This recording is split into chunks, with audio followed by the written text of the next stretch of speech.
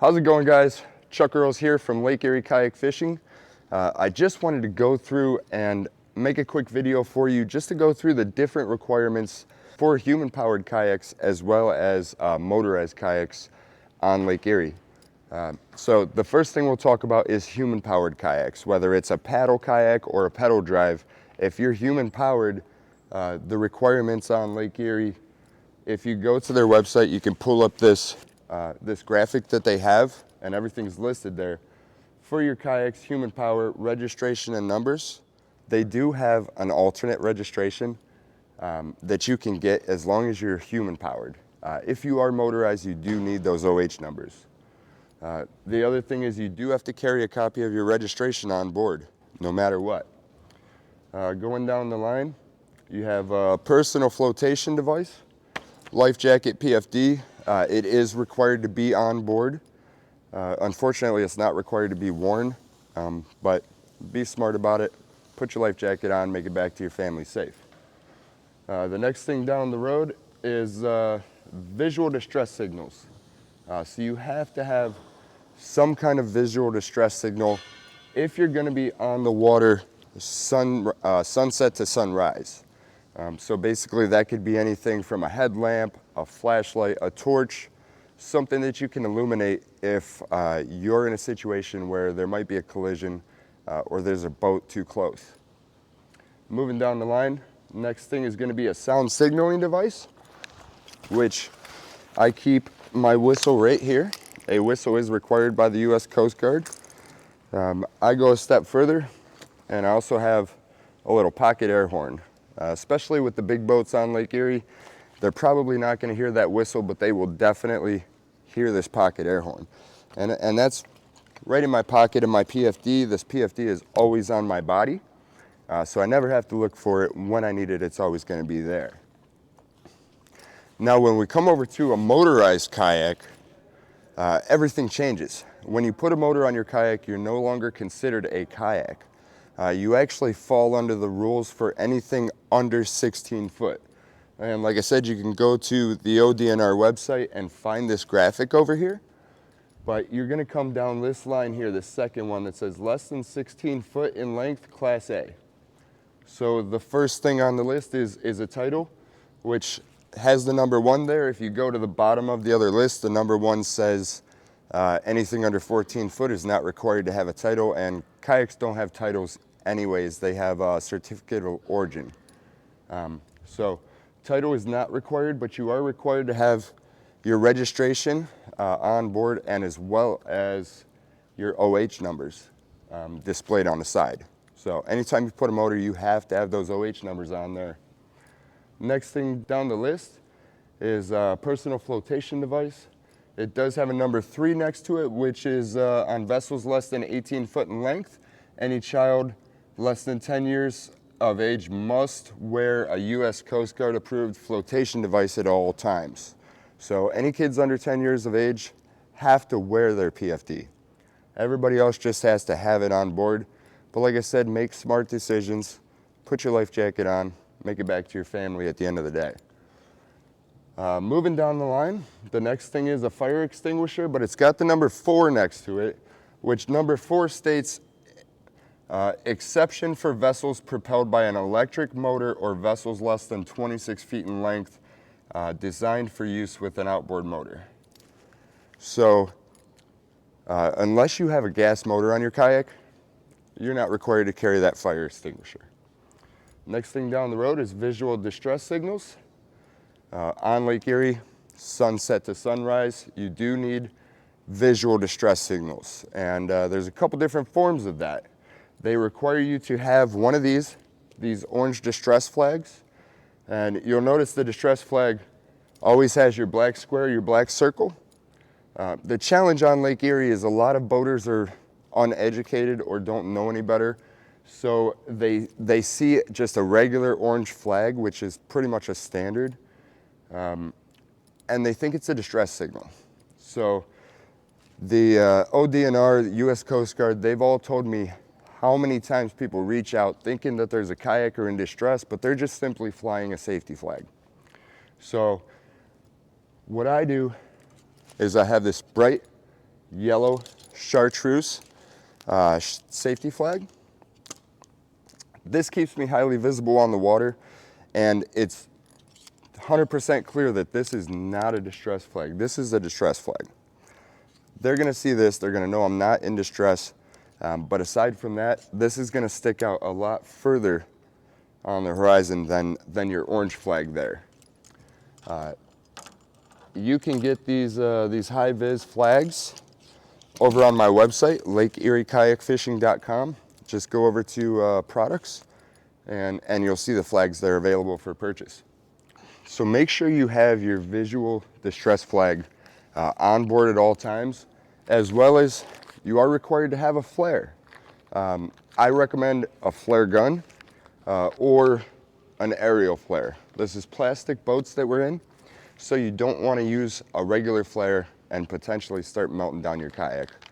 But these are required for any kayaks that are going to be out after dark and have a motor. Next thing down the list, going back to the sound signaling devices, you are required to have a whistle.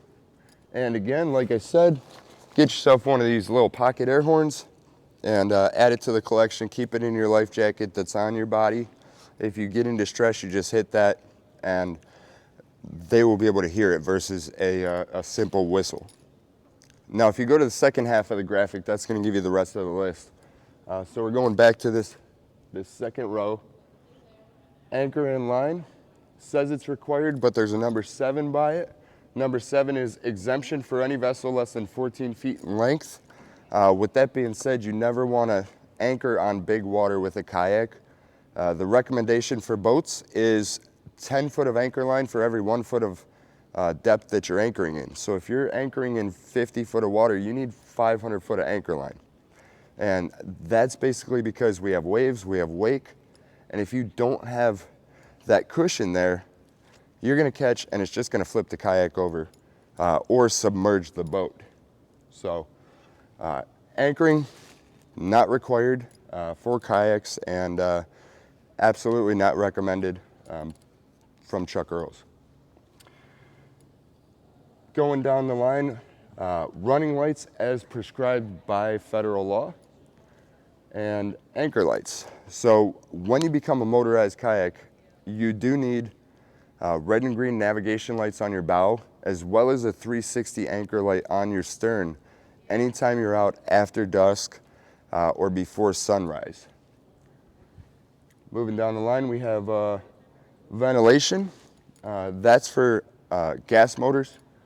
Doesn't apply to kayaks unless you're, like I said, unless you're running a gas motor, which is very unlikely. Next thing is backfire flame arrestor muffling device. Obviously on a kayak, those are not applicable either. So you're just gonna disregard this ventilation, backfire, and muffler device from that list because you're not running a gas motor on your kayak, probably running an electric, which doesn't require a fire extinguisher and doesn't require any kind of ventilation. Aside from that, there's a couple extra things that I carry out there just for safety and communication. Number 1, first and foremost, a handheld VHF radio. There's a lot of times you get offshore on Lake Erie and your cell phone is not going to work. You just don't have a signal. Sometimes it's so bad you can't even send a text message until you get back to the boat ramp. So having a VHF radio, this is going to allow you to communicate with nearby boaters, as well as the Coast Guard if you get in danger. Now, worst case scenario, you're using your VHF radio and you're not getting a response because this works off a line of sight. So depending on how far you are or where the signal's traveling, it may make it, it may not. So as an extra safety precaution, the other thing I carry out there is a ACR personal locator beacon. And basically this is guaranteed to work. When I open this up and set it off when I'm in distress, this is gonna send my GPS coordinates up to the satellites and immediately back down to multiple different rescuing authorities. And as soon as they get that signal, they're calling you because this is registered to me. they're calling me. They want to verify, are you Chuck Earls? Are you in danger? Is this your location? If you accidentally set it off, obviously you answer those questions, they're not coming to look for you. But if they call you and they can't get a hold of you, they're coming to search for you.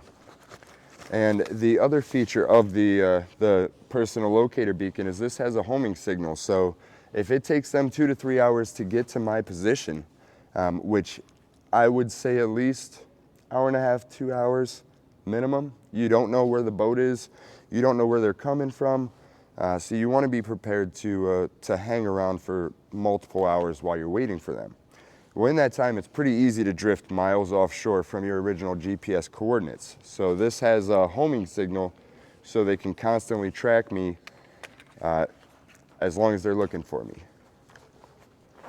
And at the end of the day, this personal locator beacon is going to get us rescued if we need it very quickly versus a situation like my neighbor Jerry Godig, which I'm sure you guys have all heard the story. He was lost offshore on Lake Erie for 3.5 days.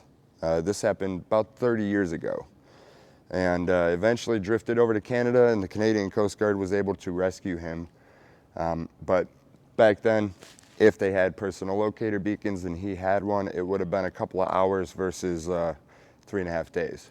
So that's what I got for you today. I just wanted to kind of break down the differences between your human-powered vessels, which is paddle power, pedal power, and when you put a motor on. Just remember, when you put a motor on, you are now you are now required to follow the rules for a 16-foot and under vessel. All right, guys, that's what I got for you today. Before we go, I just want to give a special shout out to Tender Creek, actually the gentleman behind the camera. If you're not familiar with them, definitely go over to tendercreek.com, check out their products. They're local boys that care for the community and care for the fishery. So, you know, show them some love, show them some support. All right, guys, I'll see you on the water.